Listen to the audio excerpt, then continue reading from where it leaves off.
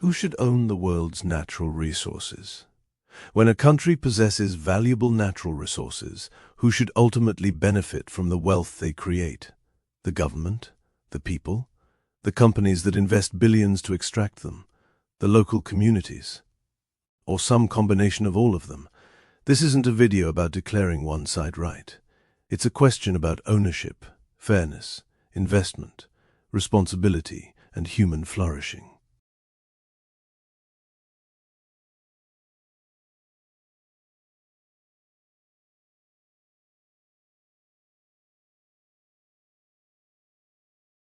Beneath the ground we walk on, there are things worth billions: oil, gas, gold, copper, lithium, diamonds, rare minerals, forests, and countless other natural resources. Some countries are sitting on enormous amounts of wealth, yet some of the people living above those resources remain among the poorest in the world. So here's the question: who should benefit from the wealth beneath our feet? Is it the country, the people who live there, the companies that discover and extract it, or the investors who take the financial risk? And perhaps the bigger question is, what would a fair system actually look like?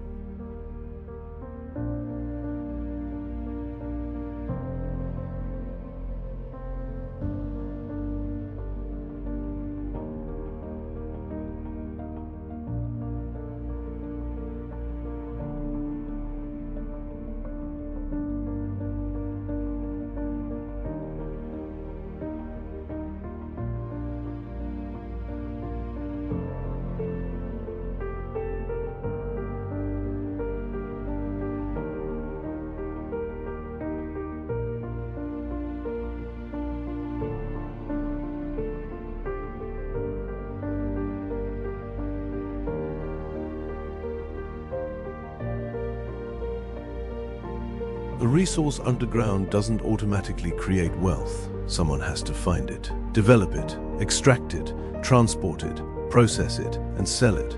That can require billions in investment, specialist knowledge, technology, infrastructure, thousands of workers, and enormous financial risk. A company might spend years and billions of dollars before knowing whether a project will even succeed.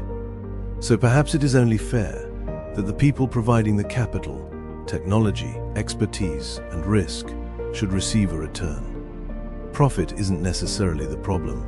Without the possibility of profit, many of these projects may never happen. So perhaps the real question isn't, should companies make money? Of course they should. Perhaps the better question is, how much should they make? And how much should everyone else receive?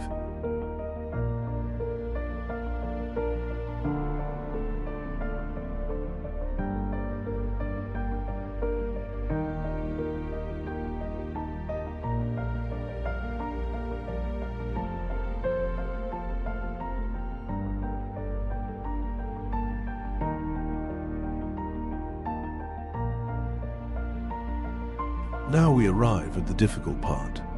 Who actually owns a country's natural wealth? The government, the corporation, the local community, every citizen, or perhaps future generations who haven't even been born yet. Imagine discovering enormous oil reserves beneath a poor community. The government grants a company permission to extract it. The company invests billions. Thousands of people receive jobs. The government receives taxes and royalties. The company makes a profit, but the local population asks, why are we still poor? And that's where the conversation becomes much more complicated, because the resource may have created enormous wealth, but that doesn't necessarily mean that wealth has created human flourishing.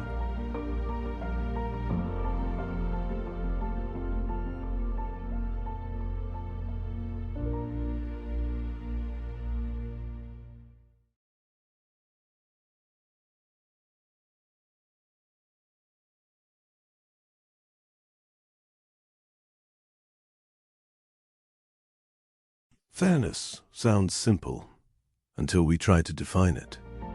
Should the company receive the majority because it took the greatest financial risk? Should the country receive more because the resource belongs to its people?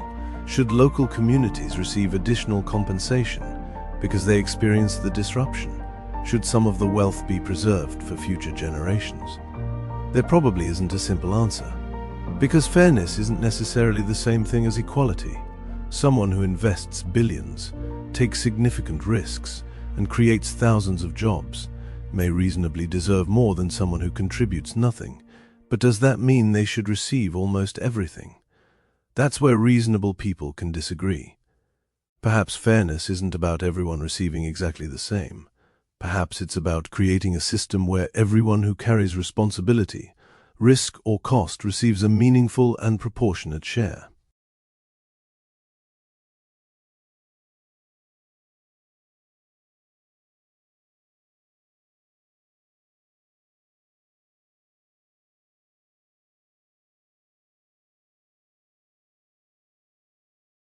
But there is another problem.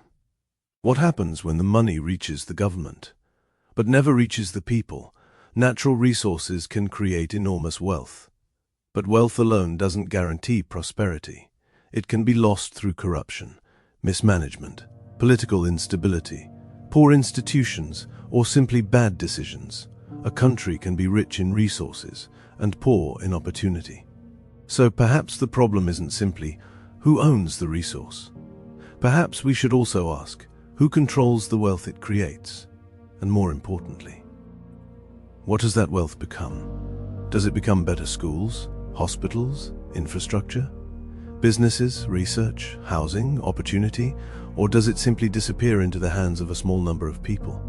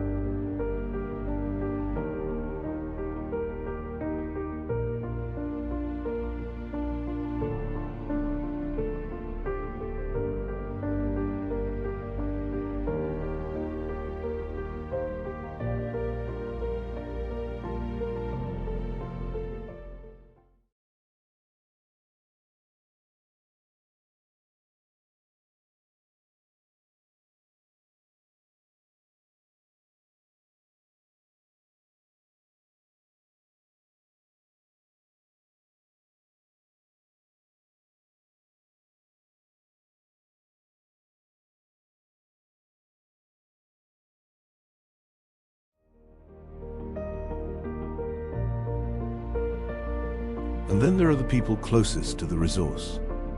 The communities living beside the mine, the people whose land may be transformed, the families who may have to relocate, the workers who may gain new opportunities, and the environment that may carry some of the consequences. Imagine living beside billions of pounds worth of natural resources, while your community sees very little of the wealth. Would that feel fair? Now imagine the opposite. Imagine a system where the community receives investment, better schools, healthcare, infrastructure, training, businesses, and a genuine share of the wealth. Suddenly, the resource isn't simply being extracted, it's helping build a future.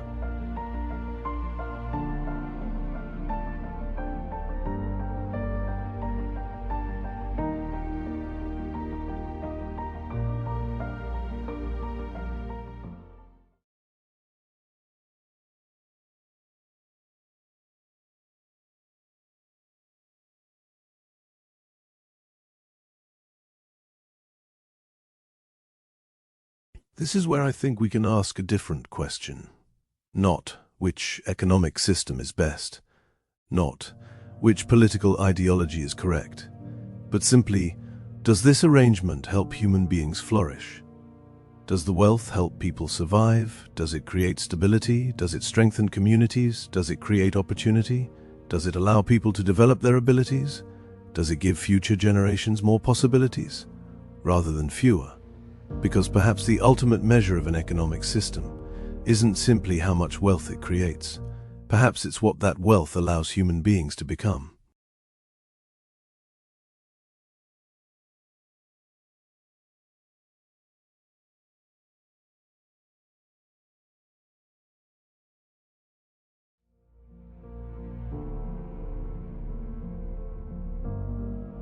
But there's another perspective. We live in an interconnected world.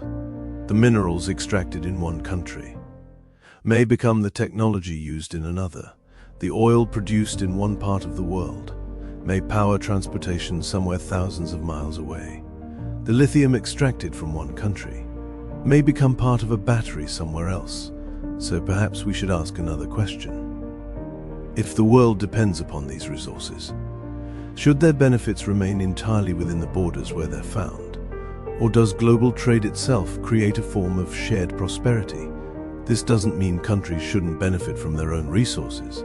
They should, but it reminds us that the modern world is deeply interconnected. What happens in one country can affect millions of people elsewhere.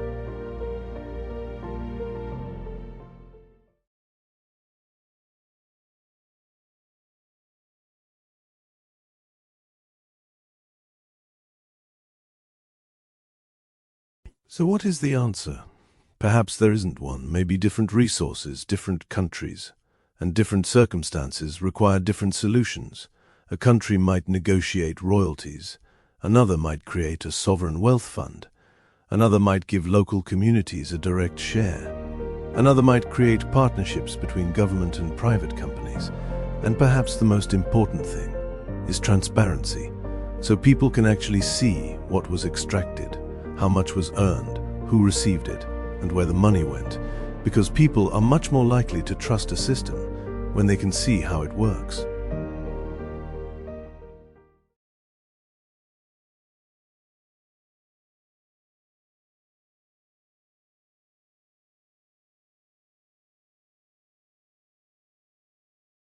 So perhaps I'm asking the wrong question.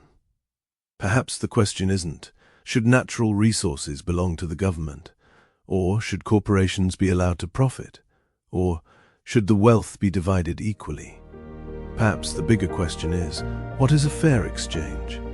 A fair exchange between the country, the company, the investor, the community, the worker, and future generations.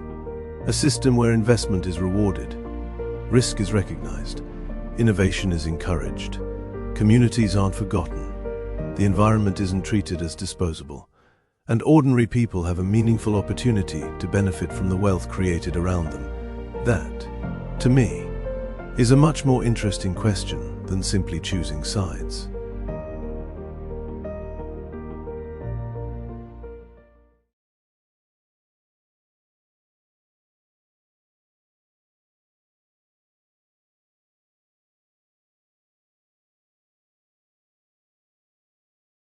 Natural resources belong to the earth, but human beings have built systems around who can access them.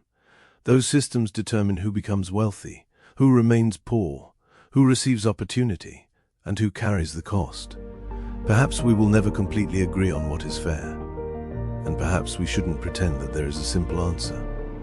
But we can ask better questions. Can investment be rewarded without exploitation? Can countries benefit from their natural wealth without shutting themselves off from the world?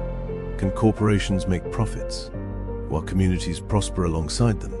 Can today's wealth create opportunities for tomorrow's generation? And ultimately, can the resources beneath our feet help create a world where more people have the opportunity to flourish? I don't have the perfect answer, and I'm not sure anyone does. But perhaps that's the point. The question is worth asking. So, who should own the world's natural resources, and perhaps even more importantly, who should benefit from them? I'd genuinely like to hear what you think. The rat race ends within.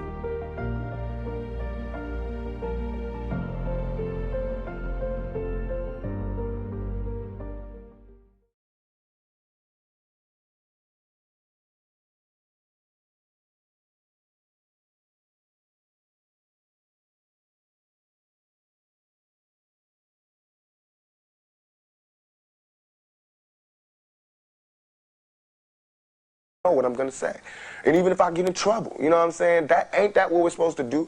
I'm not saying I'm gonna rule the world or I'm gonna change the world, but I guarantee that I will spark the brain that will change the world, and that's our job, is to spark somebody else watching us We might not be the ones, but let's not be selfish, and because we're not going to change the world, let's not talk about how we should change it. I don't know how to change it, but I know if I keep talking about how dirty it is out here, somebody's going to clean it up.